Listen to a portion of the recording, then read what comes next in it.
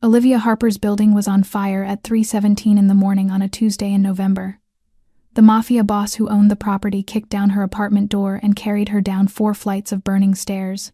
23 days later, she was still living in his penthouse. Her brother had received a heart transplant she hadn't paid a single dollar for, and she couldn't remember why she'd ever thought this was temporary. Olivia had lived in apartment 4A for 2 years, long enough to know which cracks in the wall would widen every winter, long enough to have the night bus schedule memorized for when it took her home from the bar at 1 in the morning, long enough to know exactly who Dominic Russo was, and why everyone in Red Hook either bowed their heads when they saw him or pretended they didn't know his name. She had spent 2 full years avoiding him, making sure to never be in the lobby when Dominic was there, making sure to take the stairs despite being exhausted enough to faint if she saw him waiting by the broken elevator, making sure to look down at the ground if his car was parked outside the building. He had noticed, and she knew he had noticed. Sometimes she caught him watching her through his car window with an expression she couldn't read, not threatening, not indifferent, but something deeper, like he knew she worked 3 jobs every day, knew she was growing thinner, knew she was slowly dying, and he was waiting for something she didn't understand. 2 years of successful avoidance. 2 years of living in a building owned by a man whose last name showed up in news articles with words like alleged and under investigation and crime family. 2 years of refusing every offer of help because Mrs. Delgado had warned her from the very beginning that once you accepted a favor from Dominic Russo, you owed him for life. And then one night, she took 2 sleeping pills instead of 1 because she was too exhausted. Slept so deeply she didn't hear the fire alarms, didn't hear the screaming in the hallway, didn't know that the fire escape outside her window had been removed 3 months ago and hadn't been replaced yet, didn't know that flames were licking up every step of the staircase below. She woke up in his arms, on the cold sidewalk, with black smoke billowing behind them and orange-red firelight reflecting in the dark eyes looking down at her, and the first thing she whispered wasn't thank you but her brother's name, because even when she was nearly dead she could only think of him. Now, 23 days later, she was drinking coffee in his kitchen, wearing his sweater, reading books on his couch. Her brother was sleeping in the guest room with a new heart that he had paid for, and she was wondering how a 3rd-grade teacher who taught children about addition and kindness, an orphan who had raised her brother since she was 16, a woman who had sworn never to owe anyone anything, had ended up owing a mafia boss more than she could ever repay in her entire life.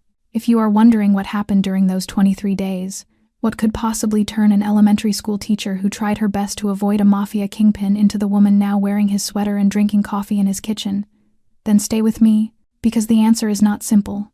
But before we go on, if you are listening to this story and find yourself wanting to know what comes next, take a moment to subscribe and turn on the notifications so you will not miss a single chapter. One gentle like and share from you will help Olivia's story reach so many more hearts. And I am truly curious to know where you are listening from right now, whether you are lying in bed in the middle of the night, sitting on a bus on your way to work, or alone in a quiet room somewhere, the way Olivia used to sit alone in her little apartment 4A. Leave a comment below and tell me where you are, so I can see how far this story has traveled. And now, let us go back 23 days earlier, to the morning that neither Olivia nor anyone else could have known would change her life forever. 23 days before Olivia Harper would wake in the arms of Dominic Russo, she opened her eyes at 5 in the morning to the sound of her phone ringing. It was not her alarm. She always set that for 5:15, but the tone of an incoming message, and any message arriving at that hour could only be from one place, Mount Sinai Hospital. She reached for the phone, its screen glowing softly in the dark room, and her heart tightened even before she finished reading the words. Ethan Harper's condition worsened during the night. Need to discuss treatment options with the family. Please contact Dr. Chen during business hours. She read it 3 times, each reading tightening something inside her chest as if a hand had closed around her ribs. Worsened. Treatment options. Polite phrases designed to cushion a cruel truth that her younger brother was slipping away and she did not have the money to save him. Olivia sat up without turning on the light, looking toward the window where the street lamp outside cast faint streaks of gold against the wall. Apartment 4A was so small she could see everything from her bed, the kitchen only a single step from the mattress, the living room nothing more than an old sofa and a tiny table, the bathroom forever damp because it had no window. But she did not look at any of that. She looked at the kitchen table where the pile of bills sat like a relentless reminder of everything she could not outrun. She stood, walked to the table, and turned on the light. A weak yellow glow washed over the papers whose numbers she had memorized long ago. This month's hospital bill, $12,000. Last month's overdue balance, $8,000. Medication, $3,000. Tests, $2,000. The cardiology specialist, $5,000. And on. The numbers stacking until they reached $42,000 in unpaid medical debt, not counting previous months she had begged to pay in installments, not counting the heart transplant that Dr. Chen said was the only chance for Ethan to live, a procedure costing $300,000. $300,000. She could not even imagine what that amount of money looked like. She earned $38,000 a year teaching, another $15,000 serving drinks at the bar, and $5,000 tutoring on weekends. Nearly $60,000 a year sounded decent until she subtracted rent, food, transportation, basic living costs, and poured everything else into the hospital and still came up short. She set the phone down and opened the refrigerator. Inside there was a nearly empty carton of milk, a few eggs she was saving for the weekend, and a loaf of bread on the edge of expiration. She took one slice, did not toast it because that used electricity, did not add butter because she had run out last week and could not afford more. She ate standing up, chewing slowly, trying not to think about the fact that this would be all she ate until noon, and there was a good chance she would skip lunch entirely. The bathroom mirror reflected a woman of 27 who looked closer to 35. The dark circles beneath her eyes were no longer circles but permanent bruises. Her cheekbones were sharp because she had lost nearly 10 kilos over the past 2 years. Her hair, once thick and glossy, had become dry and brittle, shedding every time she combed it. She was 27 and she felt herself fading, not from illness but from exhaustion, from sleepless nights, skipped meals, and the constant fear that her brother lay in a hospital bed with a heart that faltered more with each passing day. She dressed herself, pulling on cheap office clothes bought from a thrift store, a white blouse stained yellow at the collar, black slacks now too loose because she had grown thinner. She glanced at the clock. 5:45, still enough time to walk to the bus stop instead of taking the subway, saving $2.75. Before leaving, she looked around the apartment once more, at the bills stacked on the table, at the single photo of her parents she kept on the shelf, at the small room she had called home for 2 years. She did not know this would be the last time she saw it intact. She did not know that in less than 20 hours everything would burn to ash. She only knew she was tired, so tired she felt she might collapse, but she could not, because Ethan needed her, and she was all he had. P.S. 107 Elementary School sat on a corner in Red Hook, a red brick building from the 1950s with tall windows and hallways that smelled of floor cleaner mixed with chalk dust. Olivia arrived at 7:15, 45 minutes before the children, because she needed time to prepare her lessons and, more importantly, she needed a moment alone in her empty classroom to gather enough strength to face 25 8-year-olds. Room 204 was her small kingdom, the walls covered with alphabet and addition posters, the reading corner softened with colorful pillows she bought using her own money, the teacher's desk neatly arranged with stacks of worksheets, and the box of crayons students always borrowed and never returned. She sat down, closed her eyes for 1 minute, just one, and felt her body sink with the weight of her own exhaustion. The message from the hospital flashed in her mind every time she blinked. Worsened. Discuss. Treatment options. She opened her eyes when the school bell rang, signaling the children's arrival. 25 students swept into the room like a small whirlwind of color and noise. Emma with her double braids, always asking impossible questions about the universe. Marcus unable to sit still for more than 5 minutes but the strongest reader in the class. Sophia newly arrived from Puerto Rico, still learning English, watching Olivia with wide, trusting eyes. And 22 others, each with a story, each with a smile, none aware that their teacher was holding herself upright by sheer will. The morning passed in lessons on multiplication and reading comprehension.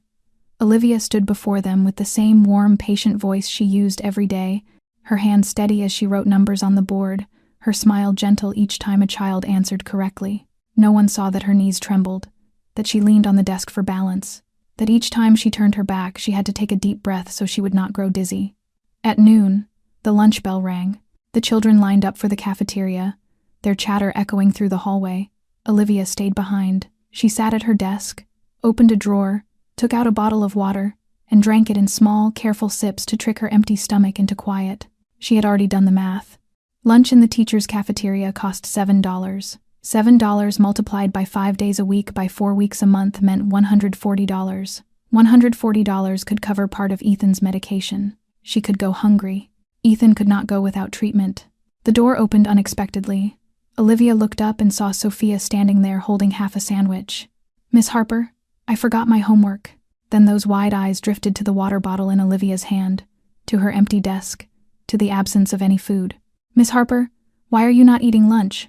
"I already ate," Olivia lied softly. "I ate early."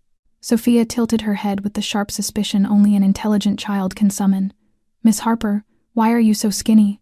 "My mom says skinny people do not eat enough." "Do you eat enough?" A tender pain bloomed in Olivia's chest, not from hunger but from the innocent concern in that young gaze. "I am fine, Sophia. I am just on a diet. Go eat now before your food gets cold."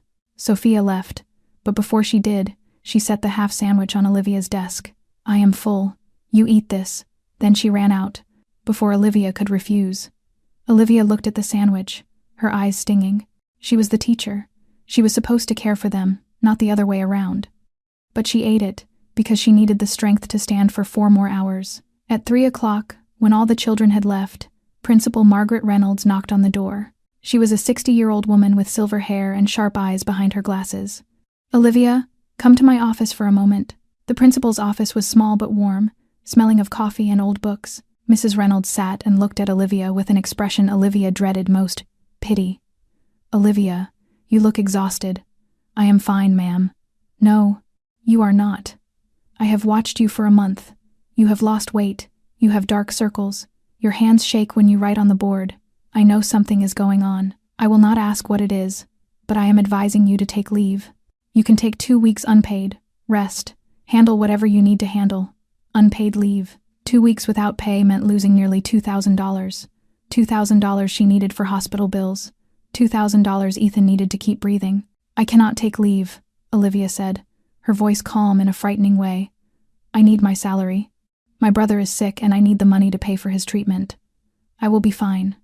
I just need more sleep." Mrs. Reynolds studied her for a long moment and then sighed. "All right, but if you change your mind, my door is always open."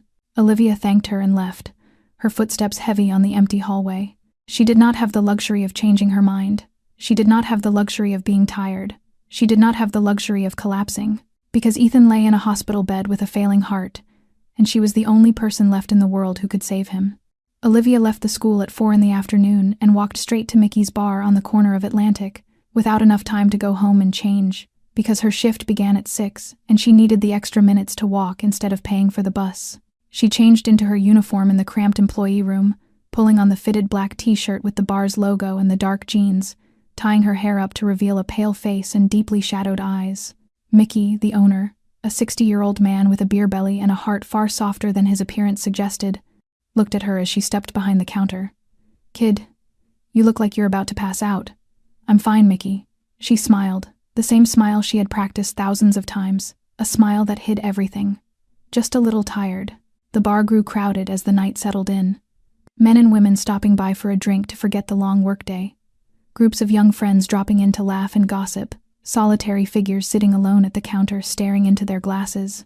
Olivia moved among the tables like a shadow, taking orders, delivering drinks, clearing dirty glasses, offering polite smiles, though her legs felt as if they might detach from her body. At 9 o'clock, a group of 4 middle-aged men slid into the corner booth, the smell of alcohol rising off them making it clear that Mickey's was not their first stop of the night. Olivia brought them menus, and one of them, a man with patchy stubble and bleary eyes, looked her up and down in a way that made her skin crawl. "Well now, this place has got something nice on the menu," he slurred to his friend. "Skinny enough to fit right in my hands." Olivia pretended not to hear. "What can I get for you?" 4 whiskeys, the bearded man said, and when she turned to leave, his hand shot out and grabbed her wrist. "And you're number 2. She pulled away, still holding the practiced smile even though she wanted to scream. "I'll bring your drinks right out." She walked quickly back to the bar, her hands trembling, her heart racing. Mickey looked at her, and then at the corner booth, his expression darkening. "Those guys giving you trouble." "I'm fine, Mickey," she said quickly, because she needed their tips, because she couldn't lose customers, because every dollar mattered. She could handle it.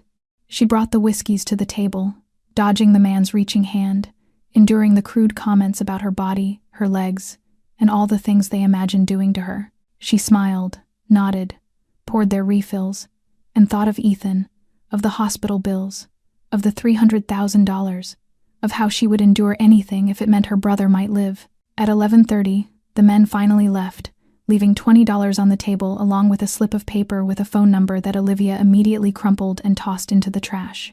At midnight, her shift ended. She counted her tips, $65 that night, better than usual, likely because of the drunken group. She changed back into her daytime clothes because she did not want to ride the bus at night wearing a bar uniform, said goodbye to Mickey, and stepped outside. The November air sliced through her thin sweater. Her winter coat from last year had torn, and she had not been able to buy a new one. She walked to the bus stop, waited 15 minutes in the freezing wind, boarded, and curled into the back seat, fighting to stay awake because she feared missing her stop. At 1 a.m, she reached apartment 4A, 19 hours since she had woken. 19 hours spent working 3 jobs with nothing but a slice of bread and half a sandwich in her stomach. She sat on her bed, ready to fall asleep instantly, when she remembered she had not called Ethan. She called every night, no matter how late, because she had promised him she always would. She dialed, waited, heard 2 rings, and then Ethan's voice. The voice of a 22-year-old boy but frail like that of an old man. Olivia. He always said her full name, a habit from childhood. "It's me." She tried to sound cheerful. "How are you? How was your day?" "Same as always," Ethan said, then paused. "Olivia, Dr. Chen said my condition got worse. He said I need surgery soon." She knew. She had read the message that morning. But she lied, her voice steady. "Everything will be fine, Ethan. I'm working on it. I'm figuring things out. Don't worry." Silence on the other end. Then Ethan spoke again, softly, sadly. "Olivia, you sound really tired. Are you sleeping enough? Are you eating enough? Don't push yourself too hard because of me. I don't want you collapsing because of me." Olivia's throat tightened. "I'm fine," she whispered, her voice trembling. "I'm okay. You just focus on yourself. Sleep well, little brother. I love you. I love you too." She ended the call. Then she sat there in the dark room, the street lamp casting dim gold across the walls, and she cried. She cried without sound because she had cried so much that her tears no longer carried any voice. She cried because she was tired, because she was hungry, because she was terrified, because her brother was dying and she could not save him, because even if she worked 19 hours a day, she would never earn $300,000. She cried because she was 27 and could no longer remember the last time she had laughed without pretending. Olivia wiped her tears with the back of her hand, walked to the bathroom to wash her face, and when she returned to the bedroom, she noticed a piece of paper pushed under the door, something she had not seen when she came home. She picked it up, and her heart sank as she read the bold print at the top. Notice of rent adjustment. Beginning next month, rent for apartment 4A would increase from $1,100 to $1,300 per month. $200. She stared at the number as if it were a death sentence. $200 a month, $2,400 a year. Money she did not have, could not find, could not earn because she was already working every hour a day allowed her. She sat on the edge of the bed, the notice in hand, and began calculating as she did every night. Monthly income after taxes, roughly $4,000. New rent, $1,300. Utilities, $150. Transportation, $100. Food, $200. Though in truth she spent far less because she skipped meals. Phone bill, $50. That left $2,200, all of which she poured into hospital costs, and still fell short, still owed tens of thousands every month, still remained impossibly far from the $300,000 needed for surgery. She looked out the window at the building across the street and thought of Dominic Russo. He owned this building. His signature was on the rent increase notice. He was the man Mrs. Delgado had warned her about the day she moved in. She remembered it clearly. The 72-year-old woman with silver hair and sharp eyes who had knocked on her door, carrying a plate of cookies and a warning. "You're new, aren't you? I'm Delgado, first floor. You need to know something about this building. The Russo family owns it. Dominic Russo. You'll see him now and then. He's good to the tenants, always fixes things fast, never evicts anyone for being late on rent. But don't you ever, and I mean ever, accept a favor from him. Once you owe Dominic Russo, you owe him for life." Olivia had nodded, thanked the older woman, and carried the warning with her for 2 years. She avoided Dominic not just because he was mafia, but because she feared that if he ever offered help and she accepted, she would never escape. And now, sitting there with the rent notice in hand and her brother dying in the hospital, she wondered whether she should knock on the penthouse door on the 5th floor and beg him. No, she shook her head, pushing the thought away. She had supported herself and Ethan since she was 16. She had survived her parents' funeral, survived being scammed out of $20,000 by a boyfriend, survived years of sleepless nights and skipped meals. She would not kneel before anyone, especially not a mafia kingpin with dark eyes that watched her as if he were waiting for something. She crushed the notice in her fist, tossed it into the corner, and opened her nightstand drawer to take out the bottle of sleeping pills. The doctor had prescribed them 6 months earlier, when she admitted she had gone 3 days without sleep because of worry. 1 pill each night, he had instructed. She poured one into her palm, looked at it, then added another. She knew she should not. She knew 2 was too much, but she needed sleep, needed to forget everything for a few hours, needed her mind to stop circling the numbers and the hospital and Ethan and the looming shadow of death. She swallowed both pills with a sip of water, lay down, and closed her eyes. The medication began to pull her under within 20 minutes, her awareness slipping as though sinking into a dark, bottomless well. She did not hear the fire trucks that would scream through the night only hours later. She did not know this was the last night she would ever sleep in this apartment.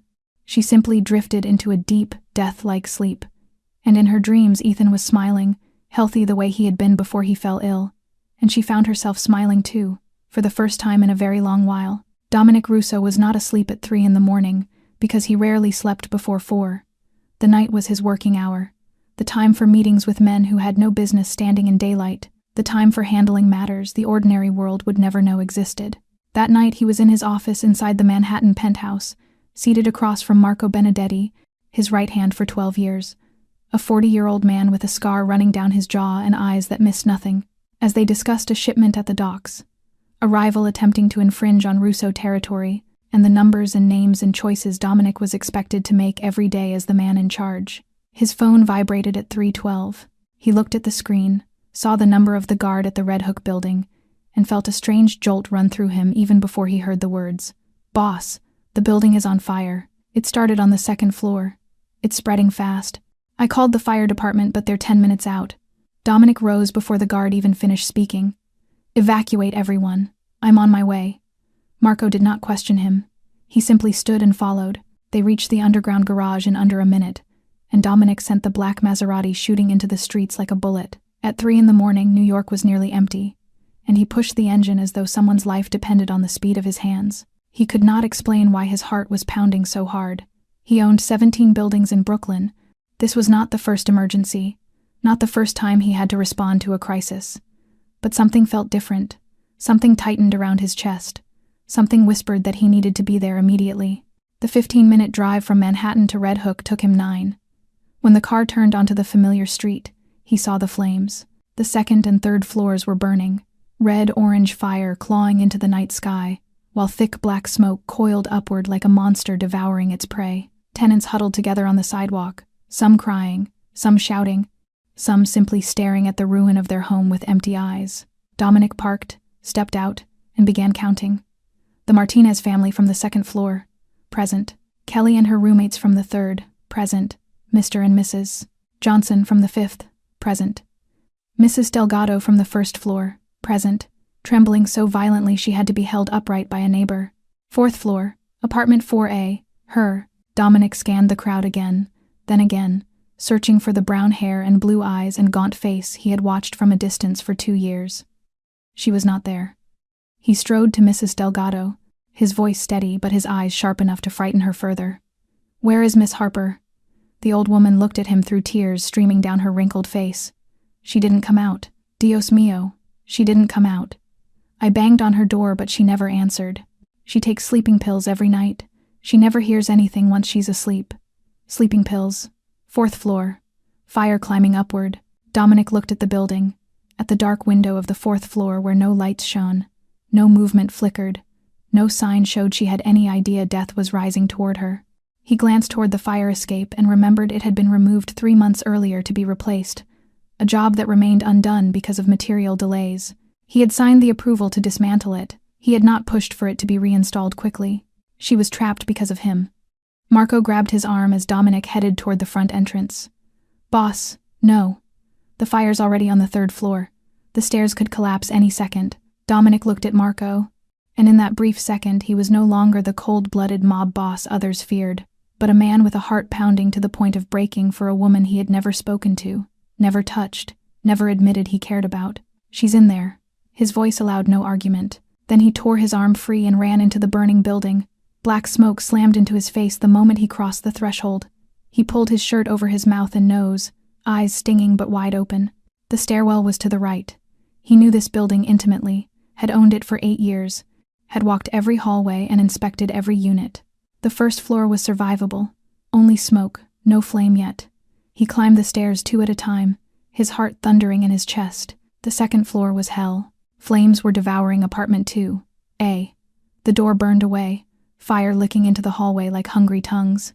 The heat hit him like an invisible wall, forcing him back, but Dominic did not stop.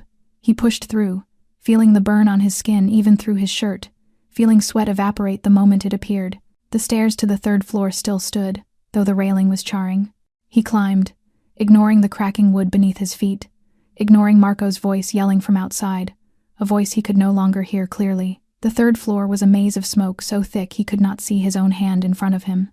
He pressed one palm to the wall, following muscle memory, lungs burning, each breath like swallowing fire. But he did not stop, could not stop, because she was above him, alone, unconscious, unaware that death was climbing the stairs to meet her. The 4th floor, darker because the lights had failed, the only illumination the flicker of flames from below casting ghost-like shadows along the corridor. Apartment 4A was at the far end on the left. Dominic ran to it, pounded on the door, called her name though he knew she would not hear. Olivia. Olivia, open the door. No response. He tried the knob. Locked. He stepped back, inhaled a lungful of smoke, and kicked. The door shuddered but held. He kicked again, harder, pouring the full weight of his 185 centimeters and 90 kilos into it. On the 3rd strike, the lock snapped and the door crashed inward. The apartment was so small that he saw her instantly. Olivia was lying on the bedroom floor only a few steps from the entrance, as though she had tried to get up and reach the door but had collapsed before she could. She was motionless, her skin pale, her lips faintly blue from lack of oxygen. Dominic dropped to his knees beside her, pressed his fingers to her neck. A pulse, weak but present. She was alive. He slipped one arm beneath her knees and the other behind her back and lifted her. She was so light he wanted to curse, lighter than any grown woman should be, her bones sharp beneath the thin sleepwear, her body like a bird on the edge of breaking. He held her close, shielding her with his body, and ran. The stairwell was a nightmare. Flames had reached the 3rd floor. He had to sprint through a burning hallway, feeling fire bite at his heels and calves, feeling the fabric of his pants begin to singe. He did not stop. He held her tighter, bowed his head over her to protect her from falling embers, and kept running. The 2nd floor was a furnace, heat so intense it felt as if it were cooking him from the inside out. He held his breath, pushed through, feeling the skin on his hands burn as he brushed the scorching railing.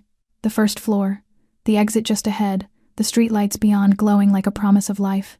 He burst outside, cold air crashing into his lungs, and he fell to his knees on the pavement with her still in his arms. She was not breathing. Dominic laid her down, tilted her head back, and began CPR. 2 breaths, 30 compressions. He counted silently like a machine while something inside him shattered with every second. She did not respond. Breathe. His voice was raw from smoke. Olivia, breathe. 15 seconds, 30 seconds, 45. Then she coughed.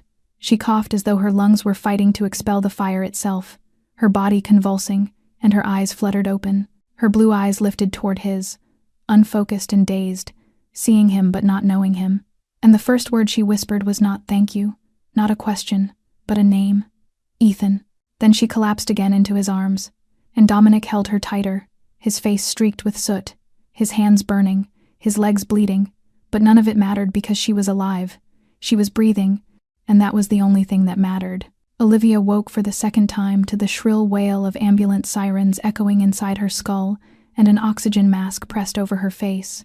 She opened her eyes to the cold white ceiling of the ambulance, the harsh neon light forcing her to blink several times before anything came into focus. And when she turned her head, she saw someone sitting beside her, someone she never expected to see in that cramped metal space, and her heart seemed to stop for a beat when she recognized Dominic Russo. He sat in the seat near the door, his face blackened with smoke and soot, his dark hair disheveled, his white shirt now a charred gray with scorched streaks across the fabric. Yet what she could not tear her eyes from were his hands, blistered and burning red. the skin peeling in places to reveal raw flesh beneath. Hands that were injured because of her, hands that had carried her out of a burning building. She tried to speak, but her throat felt scraped with sand. She reached up to pull the oxygen mask away, and the paramedic across from her immediately moved to stop her. "Keep the mask on, you inhaled too much smoke." But she did not listen. She looked at Dominic, her voice a brittle whisper like dry leaves rubbing together. "Why?" He looked back, his dark eyes unreadable. "Why what? Why did you do that?" He did not answer. He only watched her with the same look she had glimpsed through the window of his car for 2 years, a look that was neither threatening nor indifferent, but something deeper she had never been able to interpret. The ambulance stopped, the doors opened, and she was wheeled inside the hospital while Dominic followed behind. They took her into the emergency room, doctors and nurses surrounding her, lights flashing in her eyes, stethoscopes pressing against her chest, questions she had no strength to answer. She had smoke inhalation, her lungs were injured, she needed oxygen and monitoring for at least 24 hours. 24 hours in a hospital. Olivia did not know what that number translated to in dollars, but she knew it was more than she had. She tried to sit up, her voice frantic even through the burning in her throat. "I can't stay. I don't have good insurance. I can't afford this." The nurse eased her back down, gentle but firm. "You need treatment. You cannot leave in this condition." "How much?" Olivia asked, her eyes darting around the room as though calculating the cost of each machine, each tube, each breath of oxygen. "How much is the emergency room? How much is the oxygen? The tests? I need to know. I need—" She stopped when Dominic entered the room, still covered in soot, his burned hands uncovered because he had not allowed anyone to bandage them. He looked at the nurse, his voice cold and absolute. "All expenses for her care go to my office. Dominic Russo. They have the address." The nurse nodded immediately. Clearly the name Russo carried weight in this hospital, as it did throughout Brooklyn. Olivia stared at him, torn between gratitude and fear and pride. "No," she said, her voice weak but stubborn. "I won't take it. I'll pay myself." "With what?" Dominic asked plainly, stepping closer, looking down at her with eyes that saw far too much. "You don't have a home. It burned to the ground. You don't have belongings. They're all ash. You have a job that pays $38,000 a year, and 2 part-time jobs you won't be able to work in your condition. How are you going to pay?" She fell silent because he was right, painfully right. He continued, his voice still cool but carrying something beneath it, something softer she could not define or trust. "And I know you're paying medical bills for your brother at Mount Sinai. Ethan Harper, congenital heart disease, waiting for a transplant. $42,000 in debt. $300,000 for the surgery. You think I don't know?" Olivia's eyes widened, stunned that he knew everything she had worked so hard to hide, everything she thought was hers alone to carry. "Since when? How?" "It doesn't matter," Dominic said. "What matters is that you need help and I'm offering it. This is not the time for pride, Olivia. You nearly died. Your home is gone, and your brother needs you alive. So lie back, let them treat you, and stop fighting me." She wanted to argue, to refuse, to say she needed no one, least of all a mafia kingpin's charity. But when she looked into his eyes, when she saw the burned hands he still had not let anyone treat, the scorch marks on his clothes, the soot on the face of the man who had run into a burning building to pull her out, she could not speak. She lay back, closed her eyes, and let the tears spill because she was too tired, too hollow, too broken to resist anything anymore. 24 hours later, Olivia was discharged with her breathing stabilized, and a bag of medication she did not have to pay for because Dominic had handled the bill before she could open her mouth to protest. She stood in the hospital lobby wearing only the thin medical scrubs they had given her because she owned nothing else now. Nothing but herself and the phone someone had salvaged from the ashes. Marco, the man with the scar on his jaw she had seen at the fire, waited for her beside a sleek black car. "Miss Harper, the boss asked me to bring you to the penthouse." She wanted to refuse, wanted to fight, but she had no options left. She had no home, no money, nowhere to go. The drive from Brooklyn to Manhattan took 40 minutes, and during those 40 minutes, Olivia stared out the car window at a city that felt like a dream she had somehow wandered into by accident. The building Dominic lived in rose 30 stories, its glass facade gleaming, the marble lobby bright and polished, the doorman bowing as if she were a guest of honor instead of a homeless woman in hospital scrubs. A private elevator took them straight to the 30th floor. The door opened, and Olivia stood there unable to step inside. The penthouse stretched out before her like another world, 300 square meters of space with high ceilings, floor-to-ceiling windows overlooking all of Manhattan, polished oak floors, dark, elegant furniture, and everything so pristine she feared she would dirty the air just by breathing. Dominic stood in the living room, his hands now bandaged, his clothes changed, though the fatigue around his eyes made clear he had not slept since the fire. "Come in," he said, emotionless. "You're a guest, not an intruder." Olivia stepped inside, each step small, guilt heavy in her chest, as though she were trespassing somewhere she did not belong. Her entire apartment in Red Hook could have fit inside the living room with space to spare. Dominic led her down a hallway and stopped at a dark wooden door. "Your room, private bathroom, a lock." He met her eyes. "You can lock it if you're afraid of me." "I'm not afraid of you," she said quickly, then realized it was a lie. She was afraid of his power, of the debt she now owed him, of the way he looked at her as if waiting for something she could not name. Dominic did not call out the lie. He simply nodded. "1 week. You stay here 1 week until you find another place. There's food in the fridge. If you need anything, tell Marco." Then he walked away, leaving her alone in the guest room that was larger than her entire old apartment, with a king-size bed dressed in spotless white linen, an empty wardrobe, and a window overlooking the Manhattan skyline that glittered like a field of diamonds. She sat on the edge of the bed, looked around, and suddenly everything crashed into her at once. Her apartment was gone. Her belongings were gone. The only photo she had of her parents, the one she kept for 11 years since the night they died, the one she looked at every night before sleeping, was now ashes. The childhood keepsakes, the letters Ethan wrote when he was little, her mother's journal she had never dared open, all gone. She had nothing left. Olivia cried. She cried harder than she had ever allowed herself to cry. Her sobs muffled in the pillow because she did not want anyone to hear, tears soaking the crisp white sheets of the man who had saved her life. She cried for loss, for exhaustion, for loneliness, for being 27 with nothing but a dying brother in a hospital bed and a debt to a mafia lord she had no idea how to repay. She did not sleep that night. She lay staring at the ceiling, watching the city lights spill across the glass, thinking of Ethan, of hospital bills, of a future she could no longer see a path through. At 2 a.m, she heard footsteps outside her door, soft, careful, trying not to make a sound. Then silence. She waited 1 minute, 2, then stepped out of bed and opened the door. The hallway was empty, but on the floor before her room sat a cup of warm milk still steaming and a single white sleeping pill. She looked toward the end of the hall where the master bedroom door stood slightly ajar, and she knew he was still awake, knew he had heard her crying, knew he had stood outside her door without knocking, because he understood she needed to be alone. She picked up the milk, swallowed the pill, and for the first time since the fire, she drifted into a dreamless, peaceful sleep. The second day began with sunlight spilling through the glass and a small piece of paper on the bedside table. Olivia picked it up and recognized the strong, slanted handwriting she had never seen before. 4 simple words that carried more weight than they should have. "There is food. Eat." No signature, yet she knew exactly who wrote it. She stepped out of her room into a penthouse, already quiet and empty. Dominic gone early for work and Marco nowhere in sight, leaving her alone inside 300 square meters of silence so vast it felt almost unsettling. She walked to the kitchen, opened the refrigerator, and stood staring at what was inside.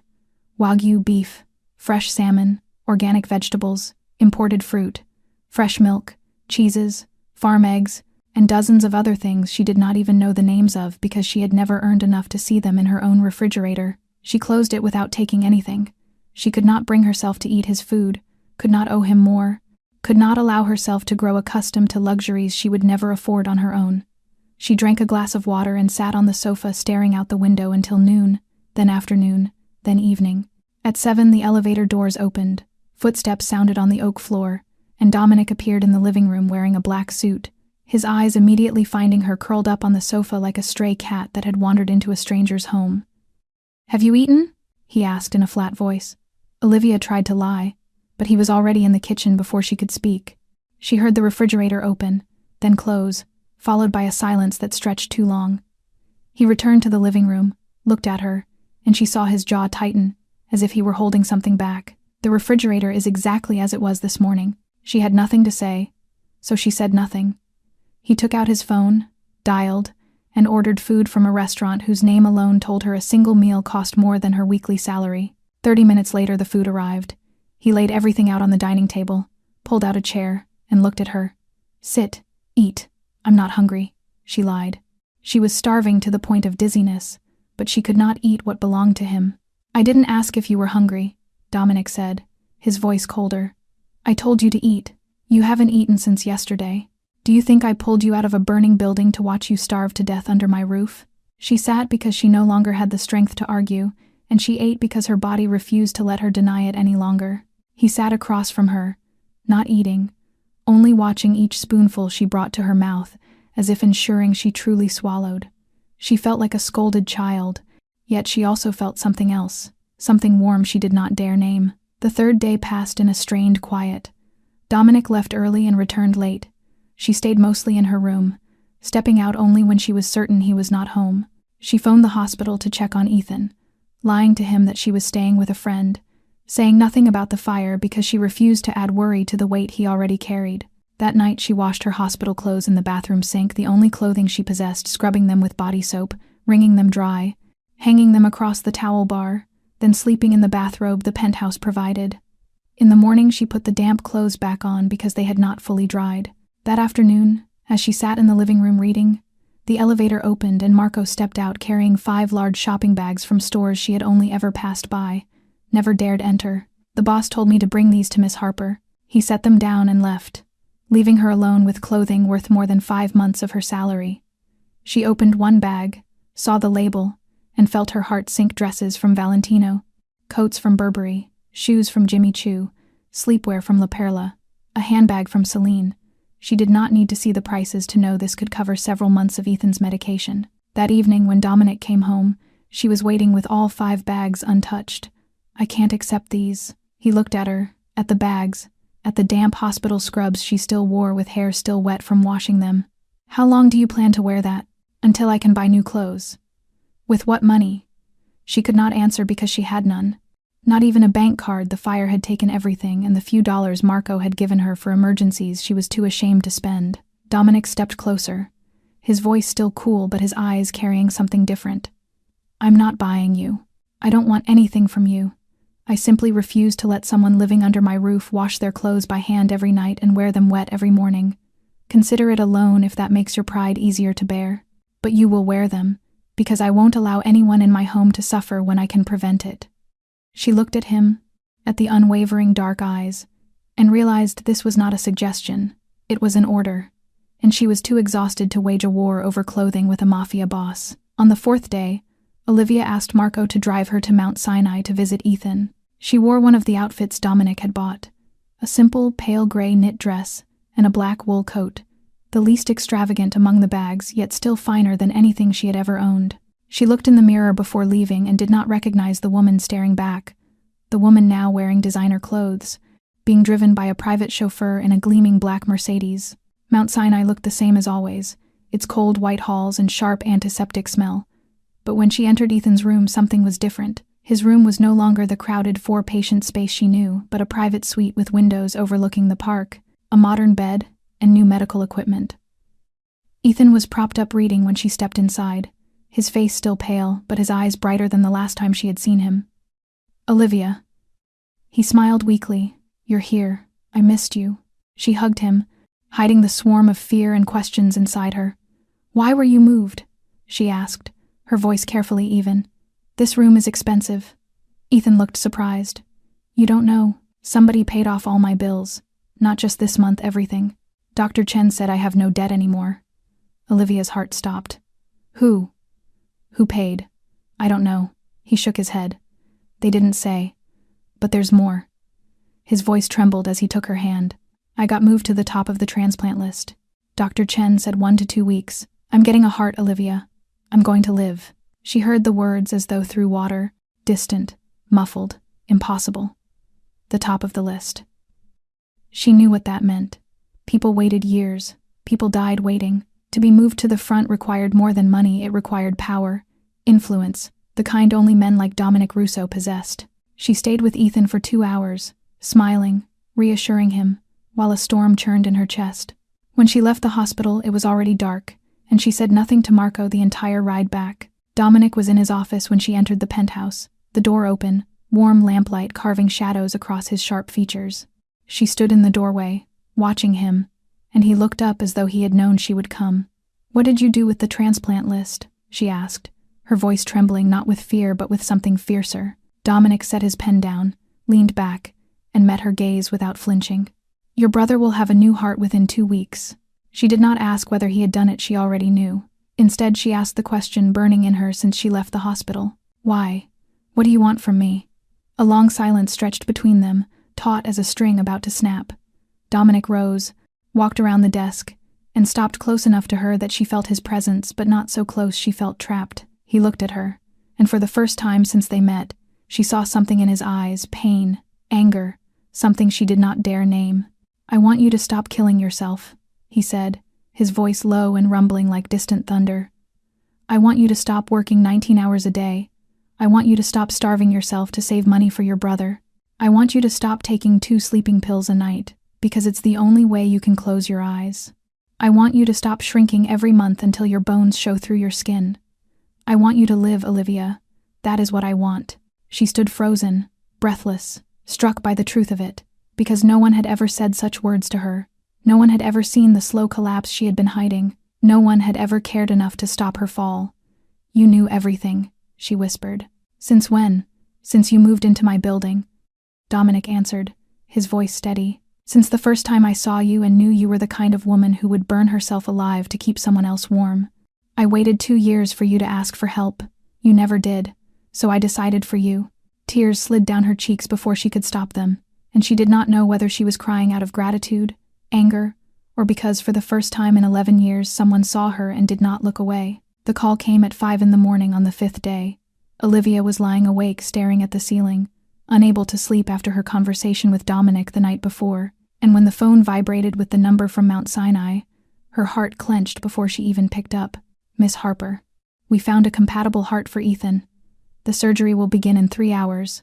Please come to the hospital immediately." She could not remember how she dressed, how she ran out of her room, only that when she reached the elevator, Dominic was already standing there, wearing a coat as though he had just gotten up as well, and Marco was waiting with the car in the lobby. He said nothing, only guided her into the car, and during the entire drive she trembled while he sat beside her in silence, solid and unmoving like a wall she could lean against if she ever allowed herself to.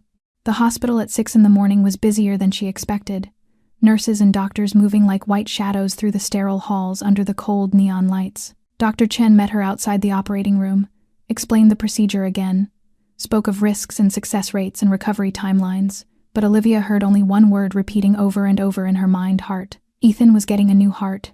Her brother would live. She saw Ethan before they wheeled him into surgery, his face pale on the hospital gurney, but his eyes steady, steadier even than hers. "Don't worry," he whispered with a weak smile. "I'll be okay, I promise." She held his hand, unable to speak past the tightness in her throat, and watched as the doors shut behind him, swallowing him into the unknown. Then she waited. 5 hours expected, Dr. Chen had said, maybe longer if complications arose. Olivia sat on the hard plastic chair in the hallway, staring at the clock, watching each minute crawl past like a punishment. She did not eat, did not drink, did not move, only prayed to whatever might be listening. Her phone buzzed at 8, a text from an unknown number, but she knew. "How is the surgery?" She stared at the message, surprised he still cared, surprised he still thought of her even though he had left the hospital at dawn to work. She replied, "Still ongoing, no updates yet. 9 o'clock, another message. Do you need anything? Marco can bring food." She was not hungry, but she thanked him. 10, 11, noon. Every hour a message, not many words, just quiet reminders that someone was thinking of her, that someone was waiting with her, even from far away. 1 in the afternoon. 2, the surgery had stretched to 7 hours, and panic began to crush her chest, her mind summoning every terrible possibility, whispering that she might lose Ethan like she lost her parents, that she would be alone again, utterly alone. At 3, the operating room doors opened, and Dr. Chen stepped out, exhausted but bright-eyed.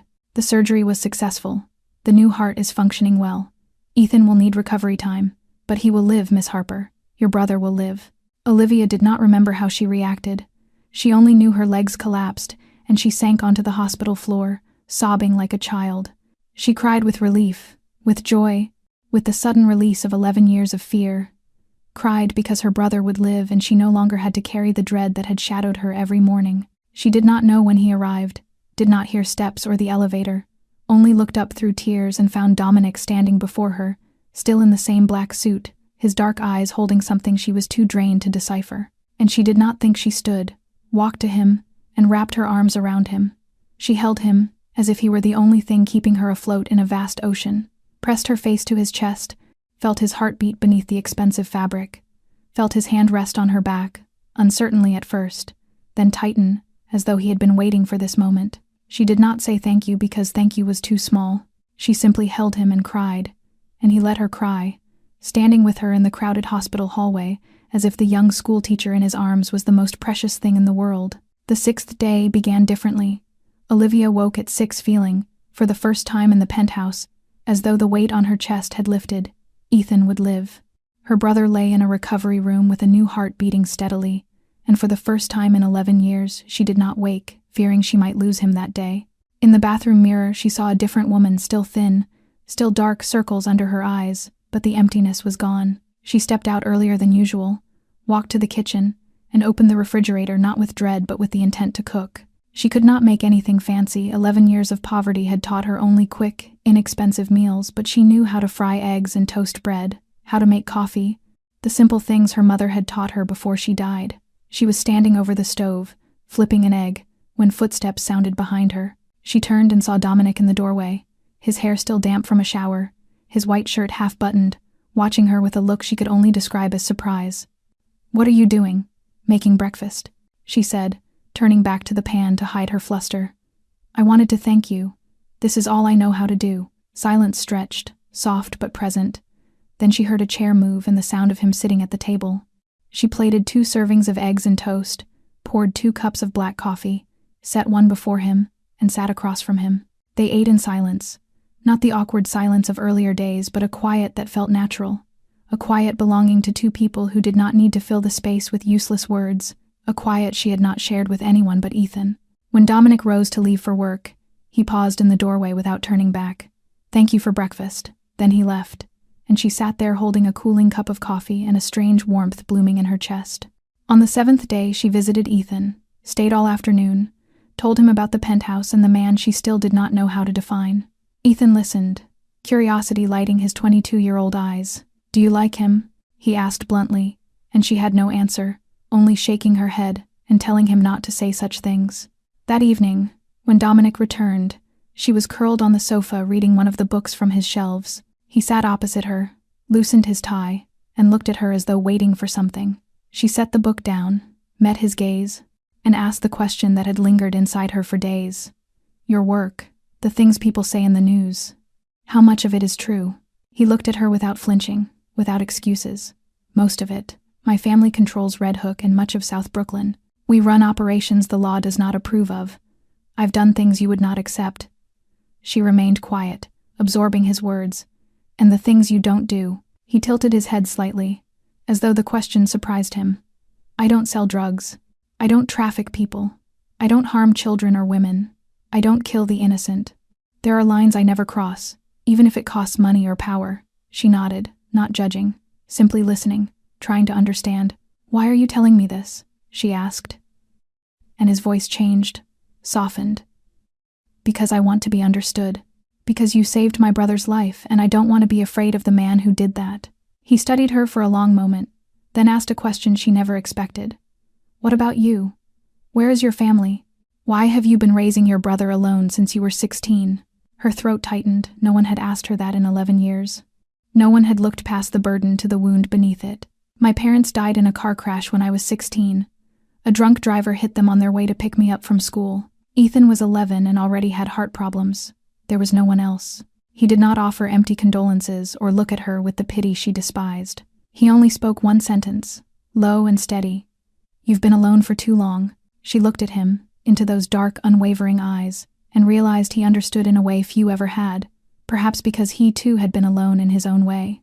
On the 8th day, Olivia returned to the school, having been gone for a week, and Principal Reynolds did not ask many questions when she explained that it was a family matter, only nodded and said she looked better, as if she had finally slept for the first time in months. Room 204 was exactly as she remembered. The posters on the walls, the reading corner with the colorful pillows, and 25 8-year-olds who burst into the classroom like a small whirlwind when the bell rang. "Where did you go, Miss Harper?" Emma asked with wide eyes. "We missed you. And the substitute wouldn't let us draw during break. I had things to take care of." Olivia smiled, realizing that this was no longer the practice smile she had worn for years but a real one, and she told them she was back now. The school day passed faster than she expected. Lessons on division and reading comprehension, recess filled with children's laughter, lunch in the teacher's cafeteria where she actually ate for the first time in years, instead of sitting alone with a bottle of water, and during recess Sophia, the little girl who once gave her half a sandwich, watched her quietly with her head tilted. "Miss Harper, you're different today." "Different how?" Olivia asked with a smile. "You smile more," Sophia said, with the solemnity of an 8-year-old philosopher. "Before, you smiled but your eyes were sad. Today your eyes smile too." Olivia did not know what to say, only touched the girl's hair and thanked her for noticing. That afternoon she returned to the penthouse at 5, instead of rushing to the bar for a night shift she no longer needed, because Dominic had told her she did not have to work the extra jobs anymore, that he would take care of expenses until she was steady again. And though her pride had fought fiercely, she knew her body could not endure 19-hour workdays any longer. She stepped into the living room and stopped when she saw Dominic sitting on the sofa with a book in his hand and a pair of black-rimmed reading glasses perched on his nose, something she had never seen him wear. And he looked different, softer somehow, less like a mafia kingpin, and more like a man unwinding after a long day. She moved closer, glanced at the cover, and her eyes widened. Marcus Aurelius, Meditations, Stoic Philosophy. "You read philosophy," she murmured, unable to hide her surprise. Dominic looked up at her over the glasses, one corner of his mouth lifting. "You think the mafia only reads contracts for hits?" And she laughed. Not the polite, small laugh she often forced, but a real laugh that rose from deep inside her chest, the sort she could not even remember the last time she had let herself make. Dominic watched her laugh, and she saw his gaze shift, soften, as though her laughter was something he had waited a long time to hear. The moment was broken by the elevator chime, and a 62-year-old man stepped in carrying 2 large bags of food with a wide grin. "Dominic, my favorite nephew," he announced loudly. "I brought lasagna. Your mother taught me the recipe before she passed, and I swear it's the best in Brooklyn." "Oh," he stopped when he saw Olivia, his eyes lighting up like a child on Christmas morning. "So you really do have a woman in the house. I thought Marco was exaggerating." "Uncle Frank," Dominic said in a warning tone.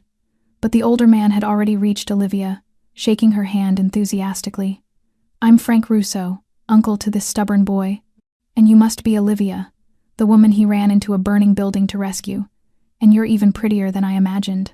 Dominic looked as if he wanted the earth to swallow him whole. Dinner that night was the strangest of Olivia's life, with Frank talking endlessly and telling stories about Dominic as a child. The 7-year-old who cried for days after losing a stray cat he had secretly adopted, the 15-year-old who fought 3 bigger boys for bullying a disabled kid, the 20-year-old who sat beside his mother's bed for 3 months until she died of cancer, and every time Dominic muttered Uncle Frank in a low, dangerous voice, Frank only laughed and said, "What are you going to do? Kill me? I'm your uncle, and I'm allowed to tell this beautiful woman that you were not always the cold kingpin the whole borough fears." Olivia watched Dominic's discomfort and unexpected vulnerability and realized she was seeing a side of him almost no one ever did. The nephew teased by an elder, a man with a family and a past, someone who had once been a boy who cried over a lost cat, and she found herself wanting to know more. On the 10th night she could not sleep, not from fear or anxiety but from thoughts she did not know how to name, and she stepped onto the balcony at 1 in the morning not expecting anyone else. But Dominic was already there in the dim light, sitting back with a glass of whiskey in hand, the city lights flickering in his dark eyes. She turned to leave, but he had seen her. "Sit," he said, not as an order but almost as an invitation. "The night is beautiful." She sat beside him, staring out at Manhattan glowing like a million fallen stars, the November wind cold but bearable, and the silence between them no longer heavy. "Do you always sleep this little?" she asked. "I don't sleep much. My father taught me that a man in power can never sleep deeply because danger comes without warning." The habit stayed. Silence drifted between them until Olivia asked a question she did not know she wanted to ask until it was already spoken. "Are you lonely?" Dominic turned to her, his expression unreadable in the darkness. "Before you came," he said slowly, as if choosing each word. "Before you came, I didn't think about it. This penthouse was just a place to sleep and work. I didn't realize it was empty because I had become accustomed to emptiness." She did not know how to answer, but she understood in a way only someone who had been alone too long could. They sat together until dawn began to brush the sky, two quiet silhouettes watching a city wake. On the 11th day, Dr. Chen called to say Ethan could be discharged. He had recovered faster than expected, the new heart beating strong, and he could continue treatment at home. Olivia stood in the kitchen holding the phone and realized the problem she had been avoiding. Where would Ethan go? Her old apartment had burned down. She had no money to rent another.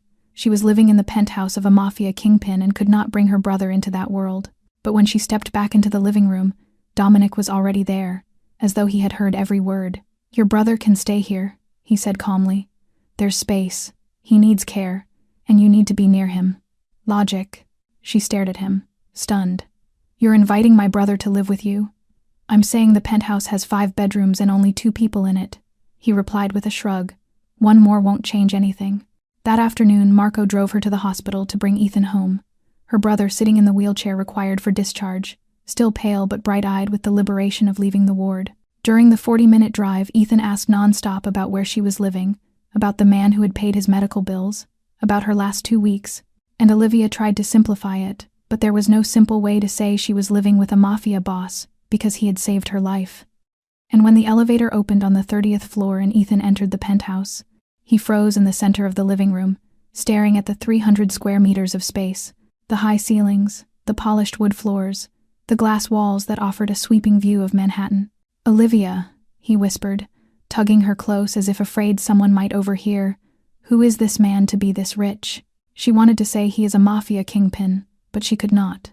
Not now, not when Ethan's new heart was still fragile, so she squeezed his hand and said only that he was a friend who helped her when she had no one left. And Ethan looked at her with the weary wisdom of someone far too young to have suffered so much, and she knew he did not fully believe her, but he did not ask further, at least not yet. On the 12th day, Ethan finally asked outright. He was sitting at the breakfast table with Dominic and Olivia, eating the meal she had cooked for the 3 of them in what felt like the strangest little family she could ever imagine, when he set down his fork and looked directly into the eyes of the man across from him. "You're mafia, aren't you?" Olivia choked, nearly spilling her coffee. But Dominic did not look surprised. He simply regarded Ethan with those dark, steady eyes that never shied away. "Yes." She waited for her brother's reaction, for fear or anger or a demand to leave immediately, but Ethan only nodded as though someone had finally confirmed what he had long suspected. "Have you shot anyone?" "Ethan," Olivia gasped, her face burning with embarrassment. "Yes," Dominic answered calmly. "Did they deserve it?" "From my point of view, yes." Ethan studied him for a moment longer, then shrugged. "Okay. Do you get the basketball channels? The Knicks play the Celtics tonight, and I don't want to miss it." Olivia sat there stunned, watching her brother and Dominic settle into a discussion about the Knicks lineup as if the conversation about the mafia and killing had never happened at all, and she truly did not understand what went on in men's heads. That evening she passed the living room and saw Ethan and Dominic sitting side by side on the sofa watching the game, her brother shouting at the TV when the Knicks missed a 3-pointer while Dominic remained silent, except for the slight upward twitch of his mouth each time Ethan overreacted. She stood there for a moment, and something warm rose in her chest, something she did not dare name. On the 13th day she woke with a fever of 102, years of exhaustion and skipped meals and sleepless nights finally crashing into her now that her body no longer needed to fight for survival every second. She tried to stand, tried to dress for work, but the room spun, and she collapsed back onto the bed. The door opened and Dominic stepped inside, still in his suit, clearly about to leave for work, but he stopped when he saw her flushed face and the sweat on her forehead. "You have a fever." "I'm fine," she rasped.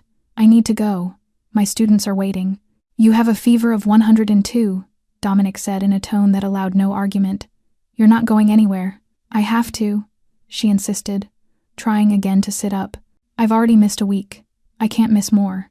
Then he did something she never expected. He took out his phone, dialed, and called her school. She heard him speak to Principal Reynolds, his voice polite but firm, explaining that Miss Harper was ill and required at least 2 days off, and that he would ensure she had a doctor's note. When he hung up, she glared at him through exhaustion and frustration. "You had no right to do that." "I have every right to keep someone living under my roof from collapsing out of overwork," he replied before turning away. "Rest. I'm calling a doctor." He did not go to work that day. Olivia knew because she heard him moving through the apartment, heard him speaking quietly to the doctor who came to see her, heard him ordering food and medication. At noon, he walked into her room carrying a tray steaming porridge, a glass of orange juice, fever medicine. She watched him set the tray down, watched him sit at the edge of her bed and lift a spoonful of porridge toward her as though this were the most ordinary thing in the world. "Eat," he said. "The medicine won't work otherwise." She ate because she did not have the strength to fight, and because the porridge tasted better than anything she remembered, though perhaps it was only her fever and hunger speaking. When she finished, he set the bowl aside, and she looked at him with the question she had carried for so long. "Why are you doing all this?" He looked at her, the dark eyes unreadable, and he did not answer. He simply looked, as though whatever truth lived behind his gaze was something she would understand only when she was ready. Then he rose, pulled the blanket over her shoulders, and left the room without another word. On the 14th day, she was no longer feverish, though still weak, and when she entered the living room, she found Ethan teaching Dominic how to play a phone game, her brother cackling every time Dominic lost while the most powerful man in Brooklyn scowled at the screen as though personally offended by the app. She stood there watching them and realized she was seeing something she had not had since her parents died, a family. Strange and imperfect, and born of fire and debt and shadows, but a family nonetheless. On the 15th day, Olivia woke fully recovered, feeling healthier than she had in years. She walked into the living room at 9 on a Saturday morning, later than usual since she did not have school, and stopped at the doorway at the sight before her. Dominic and Ethan sat facing each other at a chessboard, Ethan frowning in concentration while Dominic leaned back in that quiet, expressionless way that always seemed to mean he saw everything at once. She watched silently as Ethan moved his knight and grinned triumphantly. "Checkmate." Dominic glanced at the board, then at Ethan, then moved his king to the next square. "Not checkmate. There's still a line of play." Ethan frowned, studied the board, and sighed. "You're too good. I thought you were only good at shooting things." Olivia almost laughed when she saw the corner of Dominic's mouth lift just slightly, almost imperceptibly. She stepped into the room, and both looked up, Ethan with a bright grin, Dominic with a gaze she still could not decipher. "Olivia," Ethan groaned. "Dominic plays chess like a computer. I've lost 3 times already.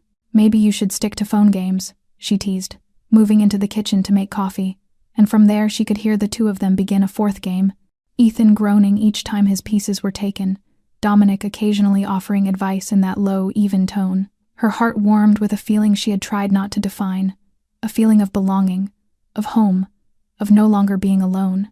That evening, Ethan suggested a movie. He was well enough now, and Dr. Chen had allowed light activity, and to Ethan, watching an action film on Dominic's 75-inch television counted as light activity.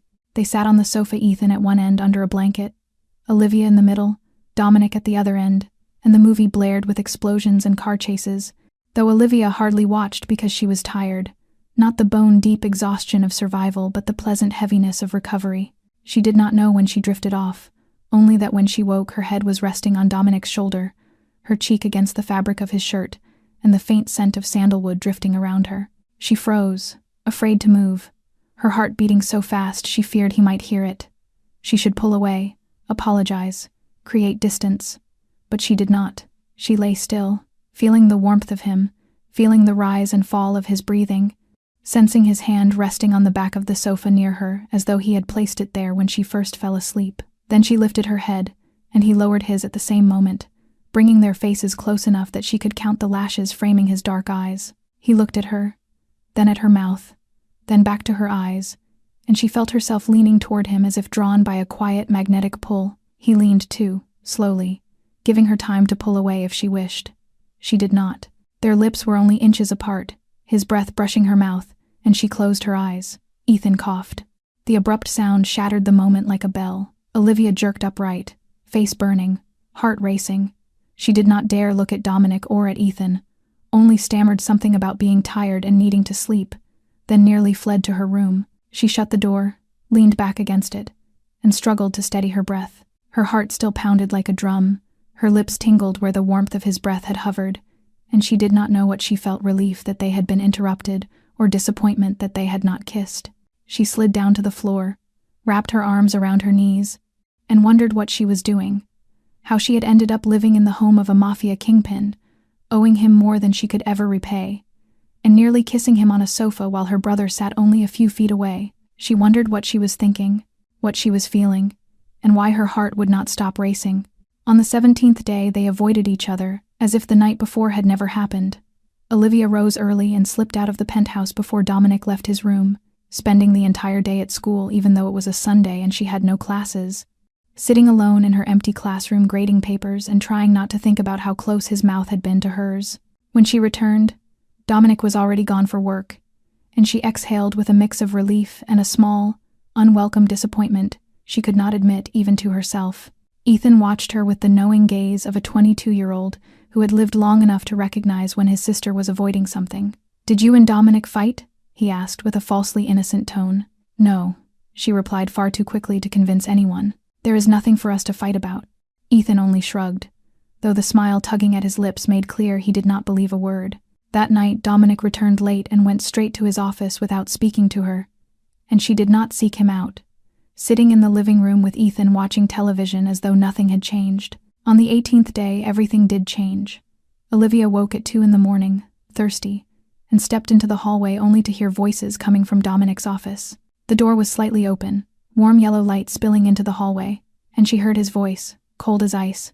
Nothing like the voice she had grown used to over the past 2 weeks. "He betrayed the family," Dominic said, his tone completely devoid of emotion. "He sold information to Moretti and thought I wouldn't find out. Find him. Bring him to the warehouse in Red Hook. I will handle it myself." Silence followed, then Marco's voice. "Understood, boss. It will be done before morning." Olivia stood frozen, her feet rooted to the hardwood floor, her heart pounding so hard she could hear it in her ears. Handle it myself. She knew exactly what that meant. She had known who he was from the beginning, had heard him admit he had shot people, had done things the law would never accept. But hearing him speak about it so calmly, as if discussing the weather, hearing him order a man brought to a warehouse to be handled, forced her to remember that the man who had brought hot porridge to her bedside, the man who had nearly kissed her on the sofa, the man who made her heart race, was also the mafia kingpin Brooklyn feared. She stepped back and the floor creaked beneath her, and she knew he had heard it. She turned to retreat to her room, but the office door opened and Dominic appeared, looking at her with unreadable dark eyes. Marco was gone now. Only the two of them remained in the dim hallway, standing a few paces apart with a truth she could no longer pretend not to know. "You heard," he said, not as a question but as a statement. Olivia nodded, unable to trust her voice. Dominic approached and she instinctively backed up until her spine touched the wall. He stopped, watching her, and she saw something flicker in his eyes, something that looked almost like pain. "You are afraid," he said quietly.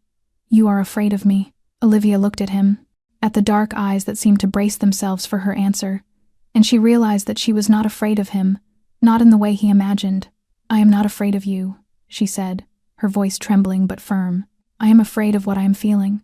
I am afraid that I am living in your home, and I owe you everything, and I cannot tell whether what I feel is real or just gratitude. I am afraid that I just heard you order a man taken to a warehouse, and the only thing I felt was not fear but confusion at why I was not terrified. I am afraid because when I look at you, I do not see the mafia kingpin everyone talks about. I see the man who ran into a burning building to save me, the man who brought soup to my bedside when I was sick, the man who lets my brother beat him at phone games, even when I know you are letting him win. And that terrifies me more than anything." Dominic looked at her, then stepped closer, close enough that she could feel the heat of his body, close enough that she had to tilt her head up to meet his gaze. "Do you want to know what I feel?" he asked, his voice low and rough. "I have wanted you for 2 years. Since the day you moved into my building and smiled at Mrs. Delgado as though she were the most important person in the world. I wanted you when you avoided me like the plague, when you climbed 4 flights of stairs just to avoid sharing an elevator with me. I wanted you when you grew so thin I could count your ribs through your shirt, when you worked 3 jobs a day and never once asked for help. I wanted you when you cried alone in your dark apartment at night, not knowing I stood in the hallway listening and hating myself for not knocking on your door. I have wanted you for 2 years, Olivia, and I will keep wanting you whether you choose to leave or stay, whether you fear me or not, whether you feel anything for me or not, but I will not take anything you are not ready to give. If you want to go, I will not stop you. If you want to stay, stay because you want to, not because you owe me." Then he stepped back, leaving space between them, and she stood there, her back against the wall, her heart breaking and mending at the same time. The 19th day began with Olivia sitting on the edge of her bed, staring out the window, having barely slept after hearing his words, He had wanted her for 2 years. He had stood outside her door listening to her cry and hated himself for not helping. He had watched her grow thinner each day, waiting for her to ask for help she never asked for. Those words looped in her mind like a song without an ending, and she did not know what to do with them. She entered the living room at 8. Dominic had already left for work, and she did not know whether that made her relieved or disappointed. Ethan sat on the sofa watching television, but when he saw her, he turned it off with an uncharacteristically serious face. "Sit down," he said. "I want to talk to you." Olivia sat beside him, worried. "What is it? Are you feeling well? Is your heart okay?" "I'm fine," Ethan said, shaking his head. "I want to talk about you and Dominic." She froze, uncertain how to respond. "There is nothing between us." "Olivia, I'm 22, not 12, Ethan replied, looking at her with a maturity far beyond his years. "I see the way he looks at you, and I see the way you look at him." "How do I look at him?" she asked softly, more softly than she intended. Ethan tilted his head, thinking before answering. "He looks at you like you are the sun, like you are the only light in the room, and he cannot look away even though he knows it will blind him. He looks at you the way Dad looked at Mom in those old pictures. Do you remember? Like no one else existed but the woman in front of him?" Olivia felt her throat tighten. "And me," she whispered. "How do I look at him?" "You look at him like he is home," Ethan said quietly. "Like you have been wandering for 11 years and finally found a place to rest. Like you are tired and he is the place you can breathe again. You look at him like the home you have never had since Mom and Dad died." Tears streamed down her cheeks before she could stop them, and Ethan took her hand and squeezed gently. "You deserve to be happy," he said softly. "You gave up 11 years for me. You gave up your youth, your dreams, everything to raise me. But now I am healthy. I have a new heart. I am going to live. You don't have to sacrifice anymore. You can live for yourself. You can let yourself love someone." Olivia threw her arms around him, cried against his shoulder, and realized the 11-year-old boy she had raised had become a man capable of seeing through everything she tried to hide and loving her enough to say it aloud. That evening she waited for Dominic in the living room. He arrived at 8, stopping when he saw her on the sofa as though he understood instantly that she had been waiting for him. He stood still, silent, letting her speak first. She rose, walked to him, and said the words she had turned over in her mind all day. "I do not know whether this is love or gratitude," she began, her voice trembling but unwavering. "I do not know whether I want you because of who you are, or because you are the only person who has cared for me in 11 years. I do not know whether what I feel is real or simply the reaction of someone who has been alone too long and finally has someone who sees her." Dominic said nothing, his dark eyes steady on her. "But I know I do not want to leave," she continued. "I know this penthouse feels like home in a way no other place ever has. I know I want to see you every morning and hear your voice every night. Is that enough?" Dominic stepped closer, took her hand in his, and his warmth wrapped around her fingers as though his hand had been shaped to fit hers. He lifted her hand and pressed a slow, gentle kiss to the back of it, and she felt electricity travel through her entire body. "It's enough," he murmured, his voice low and rough. "But when you are certain, you will be the one to kiss me first. I will not take anything you are not ready to give." Then he released her hand and walked to his room, leaving her standing there with her heart pounding as if it might burst, and her skin still tingling where he had kissed her. That night she slept better than she had in 2 weeks, and when she woke the next morning, she knew exactly what she wanted. She found him on the balcony where he stood every morning with his coffee, watching the city wake. He turned when he heard her footsteps, his eyes asking without speaking. She stepped in front of him, rose onto her toes, placed a hand on his chest, feeling the rapid beat of his heart matching hers, and she knew that for all his calm exterior he was trembling just as she was. "I'm sure," she whispered, and then she kissed him. Their first kiss tasted of coffee and sunrise, of 2 years of waiting and 19 days of living side by side, of fire and ashes and something reborn from the wreckage. He kissed her back, one hand wrapping around her waist, pulling her close, the other cradling the back of her neck as if afraid she might disappear. She did not disappear. She stayed, held in his arms on a balcony overlooking Manhattan, and for the first time in 11 years she felt as though she had finally come home. The 20th day began differently from all the others.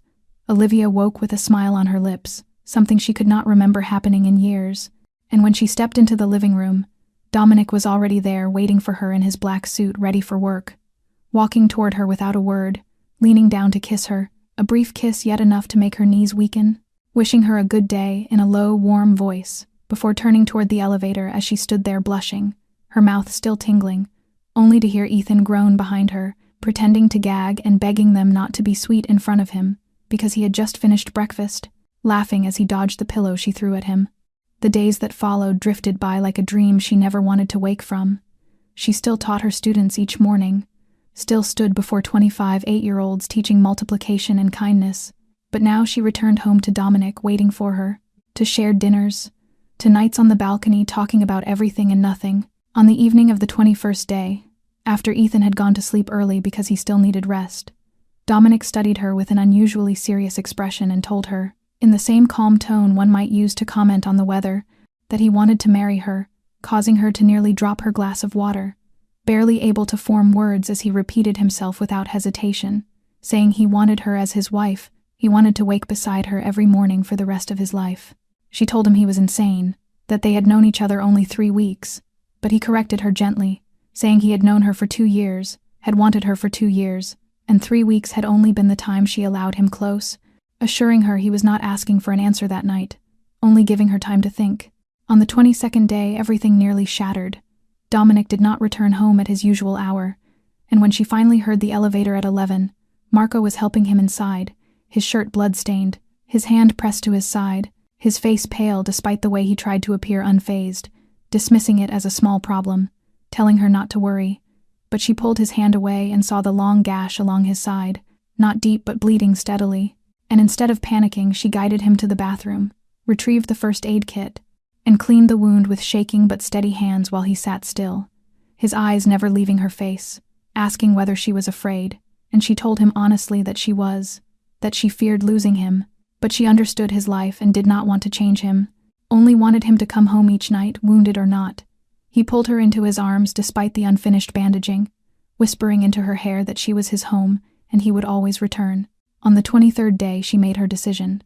She found him on the balcony at sunrise where they had shared their first kiss, telling him she would stay, not temporarily, not until she found another place, but permanently, because this was home, because he was home, and he said nothing, only held her, and she understood that was the answer he had been waiting for. 6 months later, she stood on that same balcony, wearing a diamond ring on her left hand while Dominic stood beside her. Ethan had fully recovered, returned to college, and moved into his own apartment, one Dominic had bought for him despite a week-long argument with Olivia, but she continued teaching at PS 107, guiding her 25 children through addition and kindness each day. And every evening she returned home to the man who had run into a burning building to save her. Life was not perfect. There were still nights when Dominic came home late with bruises, still days when worry stole her sleep, still things he could not tell her that she learned to accept, yet every morning he kissed her before leaving, every night he came back, and that was enough. "Do you ever regret it?" she asked one evening as they looked out over Manhattan glowing beneath the sunset. "Regret the night you ran into that burning building for me?" And he answered without hesitation that he never had, that it was the best decision of his life. She laughed softly, resting her head on his shoulder, reminding him he almost died because of her, and he told her he would do it again, 1,000 times, 1,000,000 times, whenever she needed him, even if he had to walk through fire or stand against the world, because she was his home, and one protects their home with everything they have. She lifted her face to kiss him, and in that moment, with the golden dusk settling over the city and the lights shimmering below, she knew she had found what she believed she had lost 11 years earlier. A family, a home, a love, all beginning with a fire at 3:17 on a Tuesday morning in November, when the Mafia kingpin who owned the building had kicked down her door and carried her out through the flames. The story of Olivia and Dominic ended there, but its lesson lived on, that sometimes we must lose everything to find what we truly need, that sometimes our savior comes from the place we least expect, that love does not always appear in the perfect form we imagine, but may arrive as a Mafia kingpin, with burned hands and a heart capable of tenderness, and that no matter how hard life becomes or how lonely and exhausted we feel, someone is always seeing us, waiting for us to let them in. Do not fear accepting help, do not fear loving, do not fear opening yourself to the unexpected gifts life brings. And if you have stayed with this story until the very end, please take a moment to subscribe and turn on notifications, so you will not miss the next touching story. A like and a share from you will help this one reach more hearts. I would love to know how you feel after hearing it, whether you have known someone like Dominic, someone who quietly cared for you without your realizing, whether you have ever been Olivia, strong for so long you forgot you deserved tenderness. Share your thoughts in the comments below. I read every message because your story deserves to be heard just as much as Olivia and Dominic's. Thank you for spending your time with me. I wish you and your loved ones health, joy, and days filled with peace. Wherever you are, and whatever your life looks like, remember that you deserve happiness. Goodbye, and I look forward to seeing you in the next story.